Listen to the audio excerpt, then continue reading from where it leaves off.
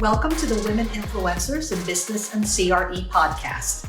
I am Veronica Malolos, CCIM, founder and CEO of Capital Stack Real Estate Group, a commercial real estate company serving the greater Orlando area. Today's guest is Heather Border, co-founder of Alliance Global Advisors, a consulting firm that is currently representing $540 billion in assets.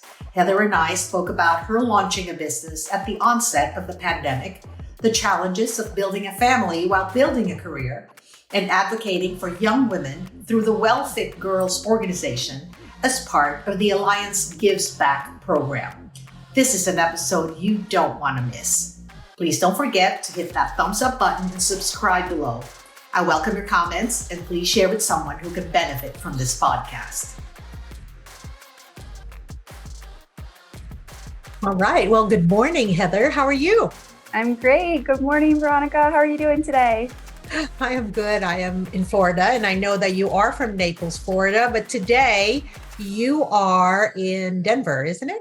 Vail. I'm in Vail, Colorado. Oh, Colorado. Yeah, as you know, it gets a little hot and steamy in Florida during the summertime. So Sure. We get the family out here and get them out into the mountains, usually the month of July and part of August.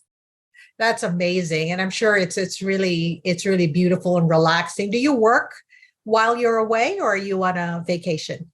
I do. I mean, I think as, an entrepreneur and owner, I don't know that you ever get to quite get away. So I try to be embedded in the day-to-day as much as possible and, take breaks and get out in the mountains and get the kids regrounded for the school year to come. But we do our best. Oh, that's amazing. That's amazing. Listen, I want to say thank you, first of all, for gracing our podcast. I think this is amazing that you are here today to talk about your story. So let's get right to it. Tell us how you grew up in your environment and how you got to where you are today, Heather. Yeah, I appreciate it. Thank you again for having me.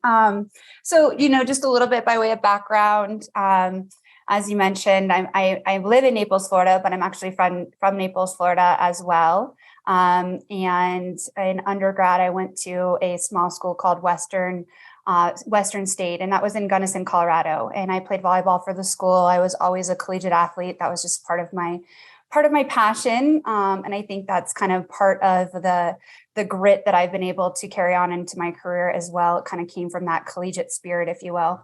But so from undergrad, I went on to obtain my master's at the University of Denver, and found myself embedded in the University of Denver's finance program and their master's of real estate program. And I would say during that time period, there weren't as many master's programs in real estate as there are now. And so it's essentially another finance course, or a set of finance courses that are dedicated to real estate. And so for anybody that's looking to evolve their career in finance, I think that's just a great way to go and grab your master's in real estate finance. It would really kind of set the foundation for what I've been able to accomplish since then. Now, if I may ask, you really had two bachelor's degrees and two master's of science degrees. So tell me a little bit about that and why you did that. The power of diversification, right? So it was really my attempt to become a real estate kind of tax general counsel, if you will. I don't know why that was like something, just tax law was so interesting to me, and if you can really understand it. So then I started kind of my journey from like an accounting standpoint, and I was an accountant early on before I got my master's degrees, and just thought this like sitting behind the desk thing behind the scenes was just really not my place. But it gave me a great foundation. And I think that anything you can learn early on in your career and kind of embed in and maybe be part of just always gives you additional exposure and additional point of view, like as you go on and further and kind of find your place in the industry. So yeah, it was accounting as undergrad, business admin undergrad, master's in finance, and master's of real estate. And when you kind of put all those together, and now I'm an advisor, which I'll kind of give you more information about as I continue to speak to my bio and what I've been able to accomplish. it really kind of puts all the pieces together, right? Absolutely. And when you have that diversification from the ground up, I think that just only enhances your career and enhances, what you're able to kind of give back to the industry from there on out. So, Well, that's pretty amazing. Pretty thank amazing. you. Thank you. So I think I was wrapping up my credits at University of Denver, and I had a professor come to me and say, Heather, I think that you'd be really incredible at capital markets. And here I'm thinking, like, what in the world are capital markets? What does this mean? And essentially, he explained it to me as you're matching the capital. And you're matching, the placement of that capital, with the investment managers that are in our industry and in an institutionalized manner. And I thought, well, that sounds really fun. And it sounds like something that, could work, especially with, the broad, types of education that I was able to formalize earlier on in my career. So that being said, I started work with a group called the Townsend Group, and the Townsend Group today and back then as well is the largest real asset consulting firm. And their clients are typically the LPs, so the limited partners, the investors in the industry. And so I started with Townsend in 2008. And as I believe everybody who's listening to this podcast would know, is that right around then, the GFC was unraveling. Yeah. And so, I had this opportunity within Townsend where I was reporting back to the investors, to the LPs, and the investors that Townsend was representing in that time period and that I was working with on my account was the state of Florida, was DC Retirement Board, was Dallas Police and Fire, was Colorado employees. So very large pension funds. And during that time period, as many of you would know, is real estate suffered, drastically. And as I was reporting back to these pension funds, you're reporting values where the values had declined 60, 70% at times, and extremely scary and humbling, outcomes and portfolio returns. Did you feel such a heavy weight on your shoulders, knowing that the pension funds really affected so many of the people that we would connect with in our communities? Absolutely. So you look at the beneficiaries of those pension funds, right? And part of my job responsibilities was to be part of those boardroom conversations and to report back to the board of directors within these pensions. And a lot of times, many of those board makeups were the retired teachers, were the retired firefighters. And so as you're sharing what has occurred within their portfolio, at times I'd be watching the tears run down their face, right? And I can just imagine. I would say that just framed me and humbled me from the very beginning and the onset of my career. And, now looking back, I'm very, very grateful to have that experience. And just to give a little bit of context, how old were you when you were doing this back in 2008? Because I know you're young. Thank you. I'm not sure about that, but I believe I was about, 26, 27. So it was, and as kind of it was the onset of my institutional career, if you will. And I very much, would walk into those boardroom conversations, and it was a very, very uncomfortable place to be.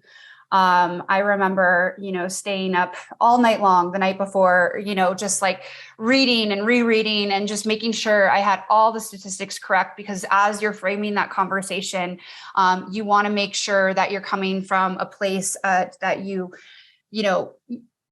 couldn't have done it any better if you tried. So it was something that was so important to me. And you wanted to be able to come into those boardrooms from a very authentic place of, I understand, I'm here, I'm in this with you.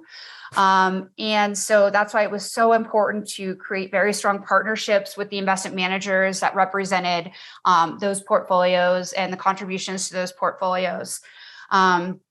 And so I think that kind of frameworks into kind of the next, segue of my career is coming out of the GFC and just understanding the capital markets and understanding kind of the role in which the advisors play, the consultants play, the investors play. I found that I was really interested in raising capital myself. And so I went on to a couple different firms and led the capital markets team and built several different capital markets teams from then. If you don't mind a question about you building those teams, I know back then, and it's not too far back because you're still young.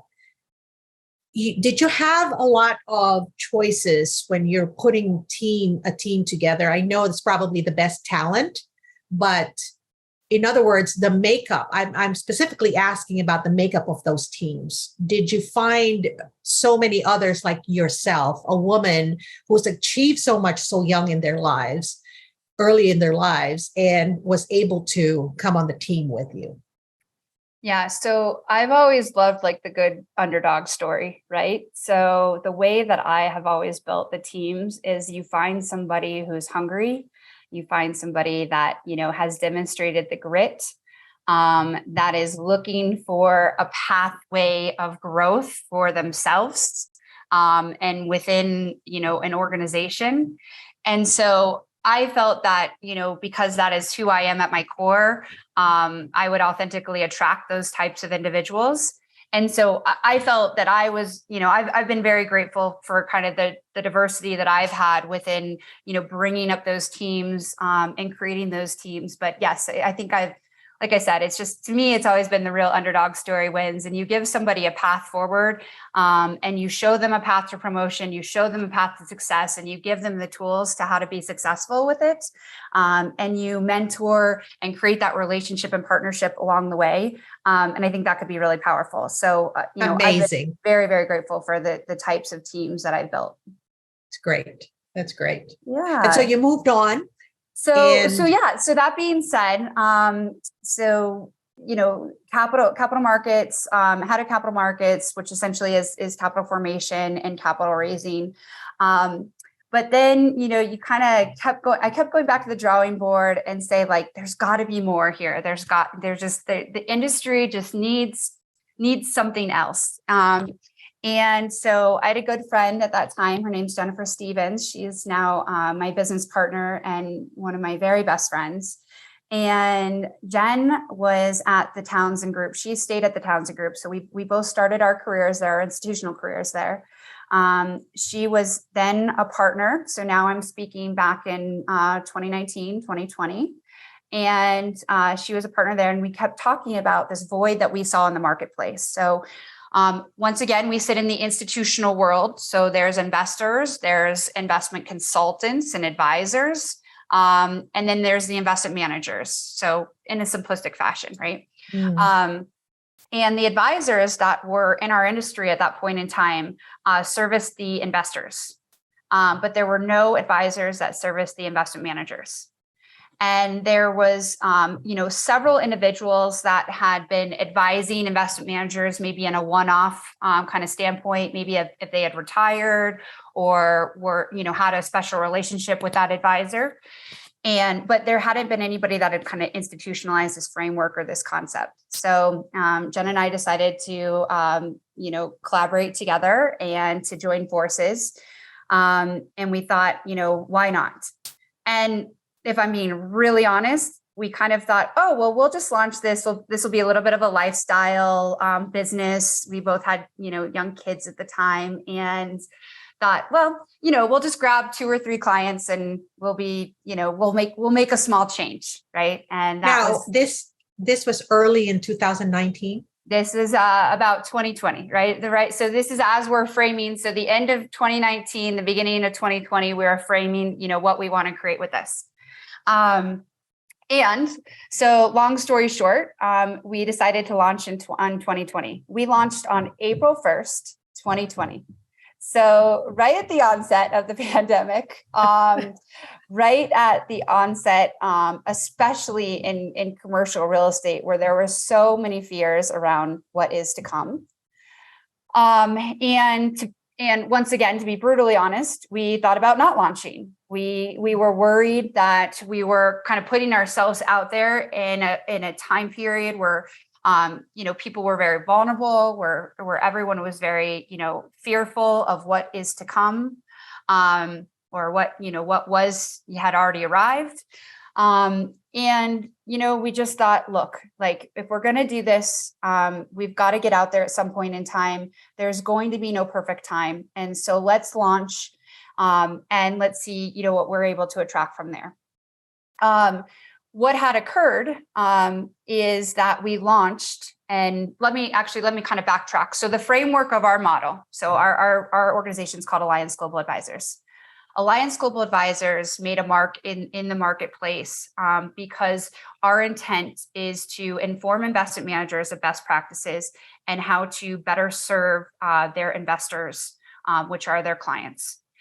So is that more of a consultancy to the investment managers? It's an advisors to the investment managers. And really what we try to do is we provide growth-oriented solutions as they're going through the various stages within their organization and the growth, and as they're kind of framing the growth trajectory of their organization. As I mentioned, we launched on April 1st, 2020.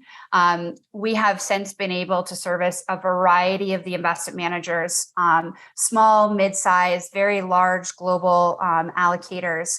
And really what that proved to the industry is that it's not just the small emerging managers that need assistance kind of getting the launch and getting out there. It's the mid-sized managers, it's the larger global allocators who are also looking for assistance on how to, just how to make changes, how to look at their organization, kind of open the hood, see if they have the right seats, people in the right seats, see if they have the right products in the market. Are they competitive with their fees? Can you challenge their investment strategy and what they have to offer the marketplace? Is what they're saying, is that what they're really doing, right? And kind of matching that up kind of to the operational efficiencies of each of the organization. So all of our clients essentially are in some type of an inflection point when they join a partnership with Alliance, whether they're looking to grow, whether they're looking to put a new product in the marketplace, whether they're looking to reorg. And so it just created this independent voice for the investment management community that wasn't there before. Right. And so from what I gather, from what you just described, you really do help with strategic sort of decisions. Yeah, absolutely.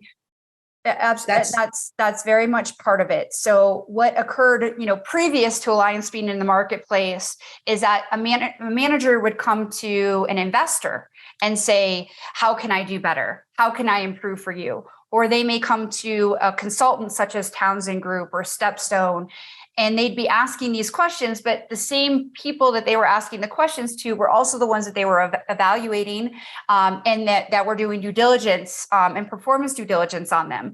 So there wasn't this like independent voice where the managers could go to in a very vulnerable place and say, I need assistance. Like, I know I'm not, doing it the best. And I know that there's, stronger opportunities for me to put myself in a stronger place for the investor community. But I need that advice. And so that's really kind of the reason why we were formed, is that we felt that the investment management community needed a voice and just needed to be heard from a place that wasn't going to also be underwriting them and performing due diligence on them. That's great. Congratulations. Yeah, that seems just fantastic. And your company, Alliance, has to this day have represented 540 billion. I'm not sure, but yeah. No, you absolutely have that correct. So as I mentioned, we've been able to service a very diverse group of investment managers.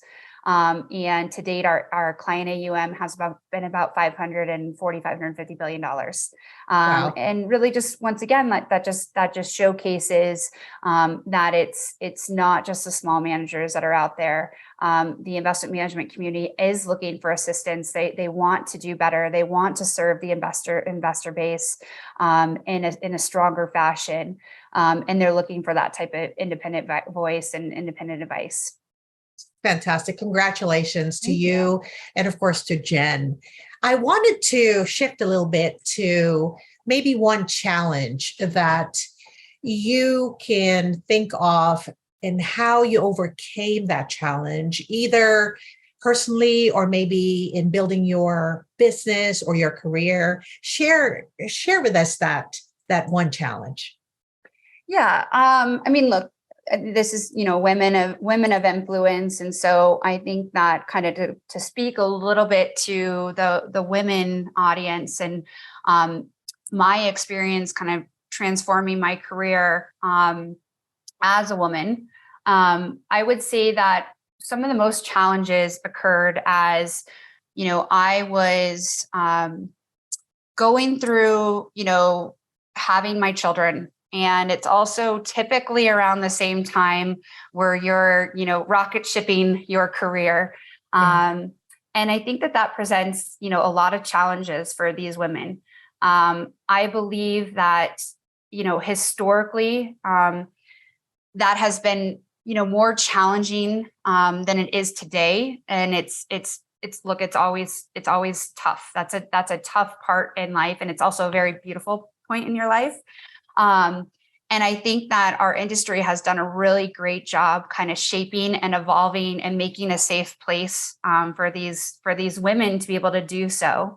But that was a very tough point, I would say, in my career, because it's almost like you're going through such this beautiful time and you're like hiding it and you're trying to be involved in everything and you're trying to, frame your own voice at that point in your career.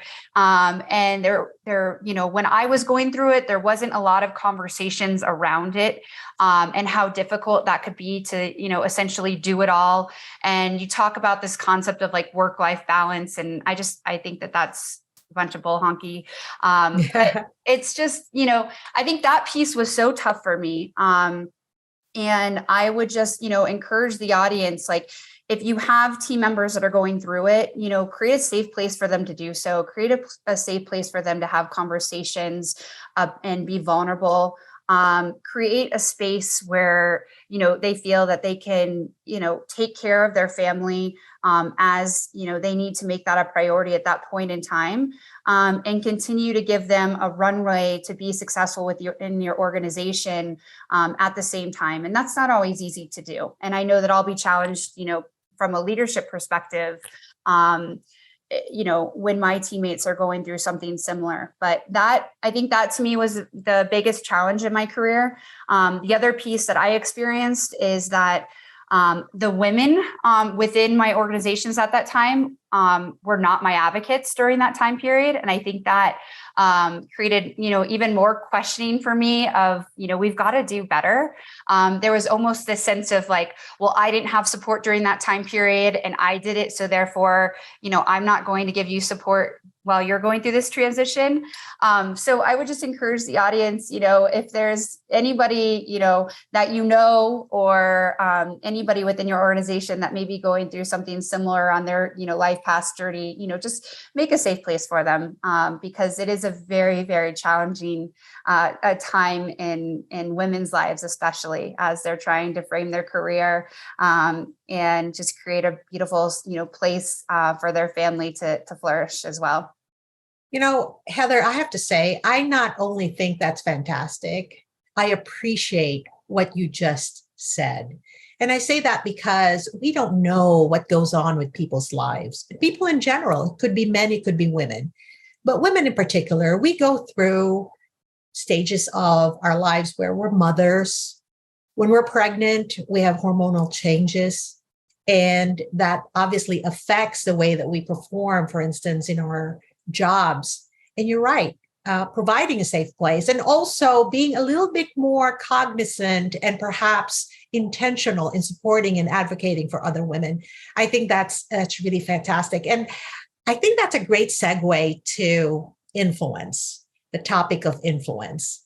And I wanted to highlight a little bit about the WellFit Girls. Is that a program? Or I wanted you to talk a little bit about that, because I know that's a big part of your advocacy and how you're really creating this support for advancing women. So speak a little bit about that, please. Thank you. I will. WellFit Girls, I just, I got the chills when you say the name of the organization. So I'm on the board of WellFit Girls. It's also a very important piece to the Alliance Gives Back program, which I can speak to in a minute. But WellFit Girls is a nonprofit organization where we focus on changing the lives of middle school and high school girls and females, and creating a place where they can focus on mind, body, soul as they go through, the challenges of middle school and high school. And so it's a program where we give them the tools, the self-empowerment, the community, where they have a safe voice and a place to just be very authentic and talk about some of the roles and which they're playing in their middle school and high school lives, what's going on with them personally, maybe like in their family settings. And so really what this program does is it gives them this space where they do the yoga, they do the meditation, they do the self-empowerment work and the journaling. And then typically it's paired with they go somewhere and they hike, or they have this experience together where they're putting their phones away for a week. The parents are, in communication with some of the mentors, but there's really no communication from the girls' side. And they come out of this journey, and it's just remarkable to hear their comments, before and after, and how it's just so life-changing. And I think that organization is so important. I always think of, had I had those, tools, had I had that community when I was in middle school and high school, and, as females, we kind of go through our journey, almost like on our own sometimes. And for sure. This creates, that organization especially just creates that community for them to be authentic, to find their voice early on, to know that it's okay that others are going through these challenges as well. So WellFit Girls is a piece of the Alliance Gives Back program. And I had mentioned earlier that, when Jen and I, formed this organization, we thought it was a little bit of a lifestyle change, which, that really didn't come to fruition.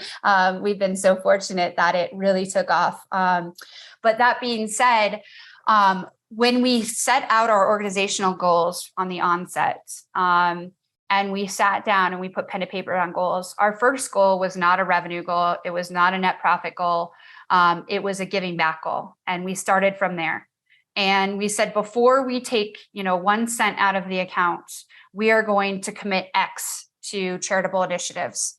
And then after the X, we're going to make it a percentage of profits.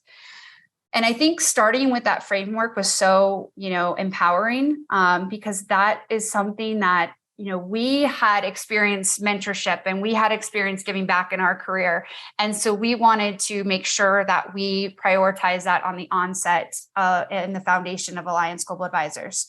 And we have since been able to enforce that and really magnify the efforts there. So now Alliance Gives Back program, we commit to several different organizations.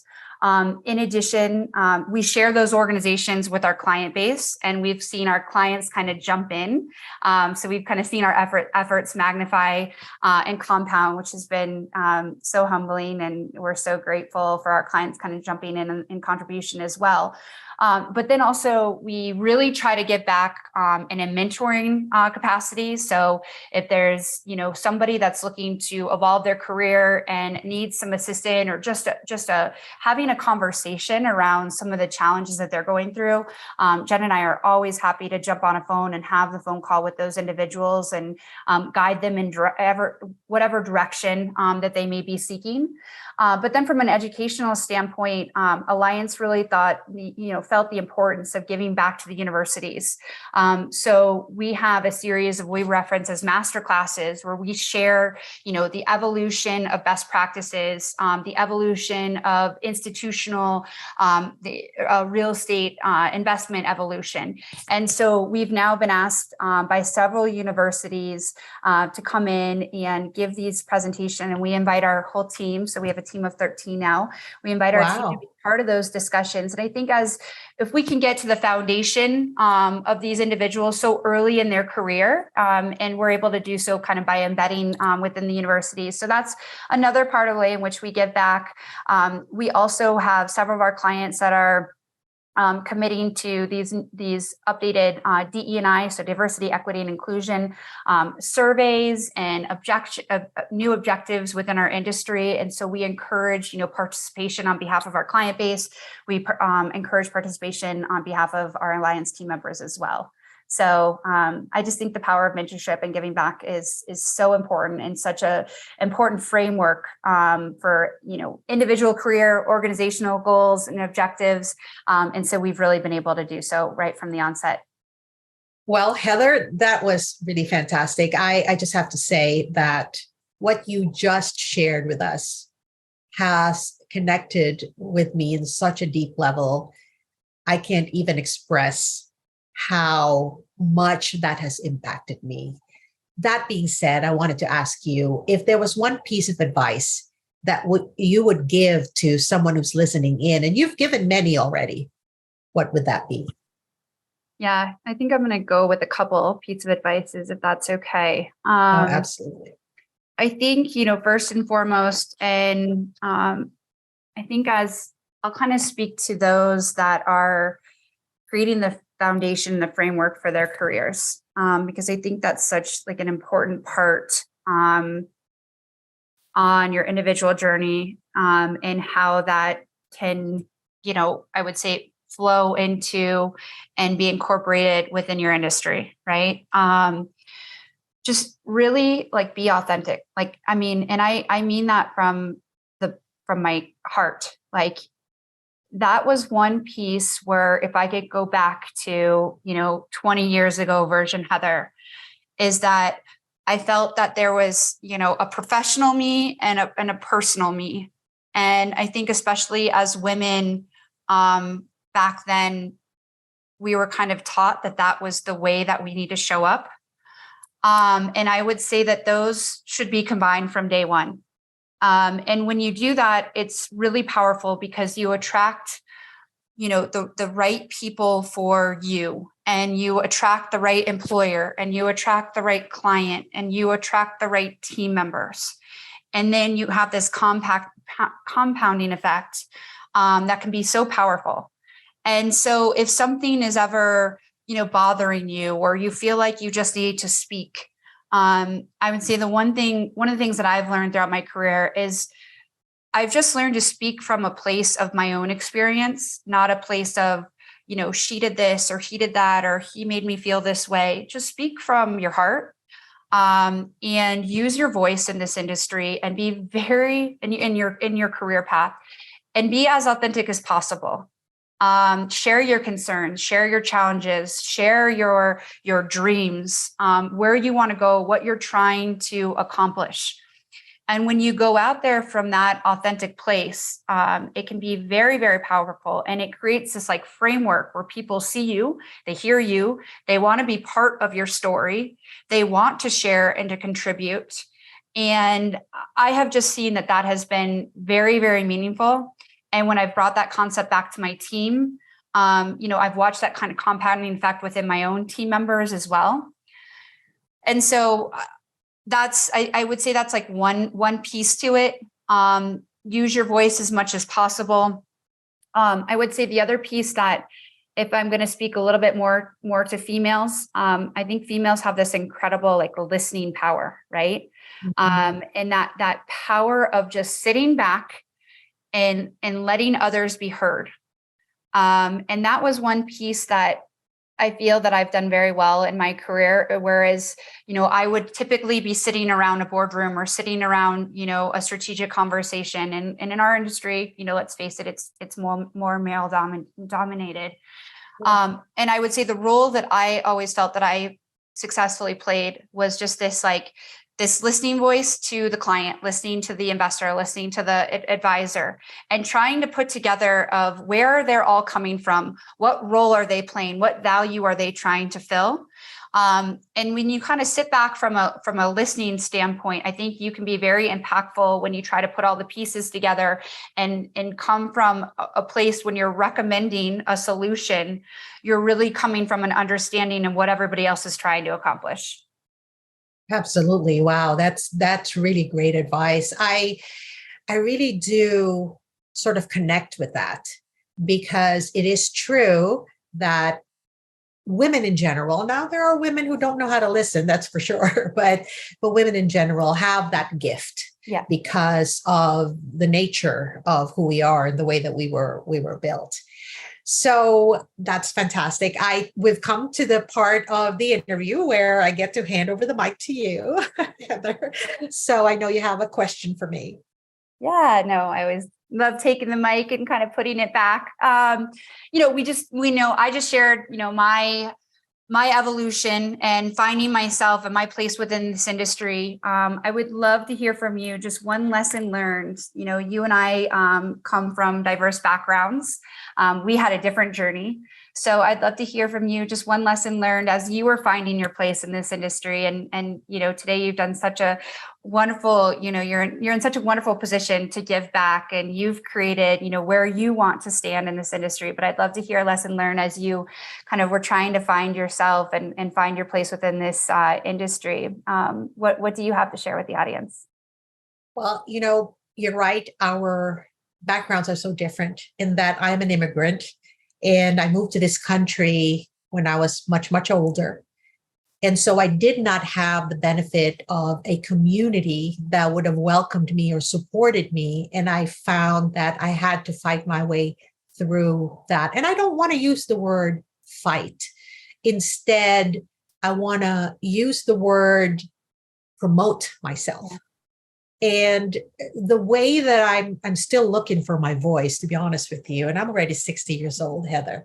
And so I find that when I connect with people like you, for instance, and really just have the courage to pull up my own chair to the table and let people know that I have something to contribute in a very respectful way, not to be so very bold, or, well, bold is a good word, but not to be intrusive, but instead let other people know that I do have something to contribute.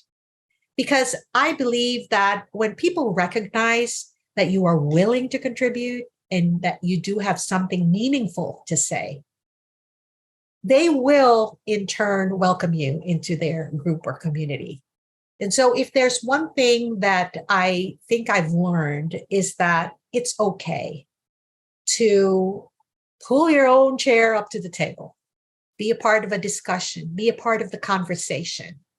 Because in as much as you want to learn from other people, as I have learned from you today, Heather, I think that people can also learn from me and my diverse background and the things that I feel that I can contribute. So thank you for that question. I love that.